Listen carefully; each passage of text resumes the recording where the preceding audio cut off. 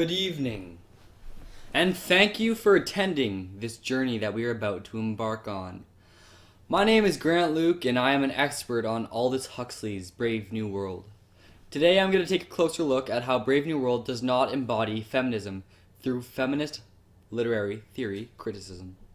Are there any questions from the audience? I have a question. Ahmed Alam, CBC Pakistan. How and to what degree are women's lives limited or restricted in this text? That is an excellent question, Ahmed. Aldous Huxley made sure that women's lives were limited in this text. For all the people that read the book, did you realize that all the women were beta and below? The social hierarchy is a pyramid. The bottom class is epsilons, followed by deltas, gammas, betas, and at the very top of the class is alpha. The only women that were mentioned in this book are Lenina and Fanny Crown, and they are not in the alpha class. Men like Bernard Marx and Henry Foster and other notable male characters in this book are alpha class.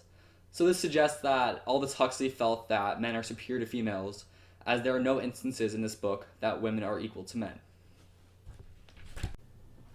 Now you're like, Grant, please give me an example. Well, here you go. Flip to chapter 4.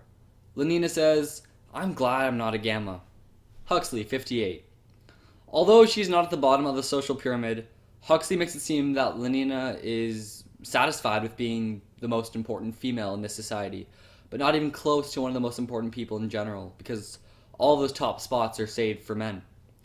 Another instance of women being restricted in Brave New World begins as the male director is giving the tour of the hatchery, which is where the offspring are created asexually. This tour group consists of a group of mainly boys who are supposed to learn about the fundamentals of the hatchery. So no girls are allowed whatsoever, and perhaps Huxley attempts to show that women have a lesser position at the world state. Does that answer your question?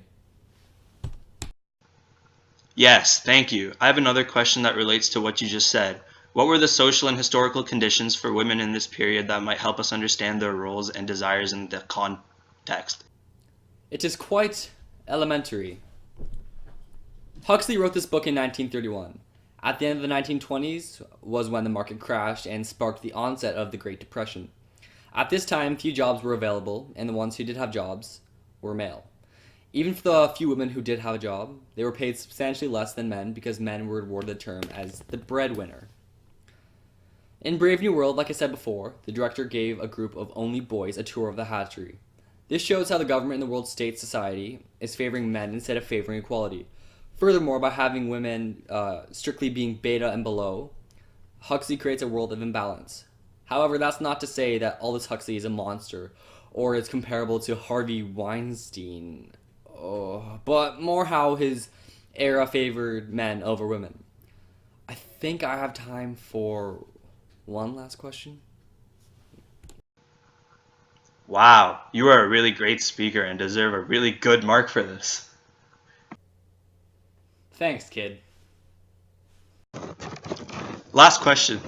What is the protagonist's attitude towards the male and female characters in the text? How is this evident and how does it affect your response to the characters? I will focus on the protagonist in the second half of the book, John. John is from the Savage Reservation, and they do not abide by the world state rules because these people believe in passion as an asset. John treats male characters like any other person would. However, John opposes residence in the world state because he treats women properly by our societal norms. He does not assume that he can touch the female lead, Lenina, when she is sleeping like people in the world state would. As he is reaching to touch her, he hesitates. Detestable thought. He was ashamed of himself. Huxley, 125.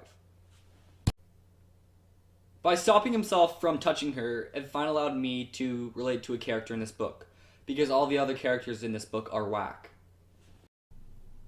Oh, shoot!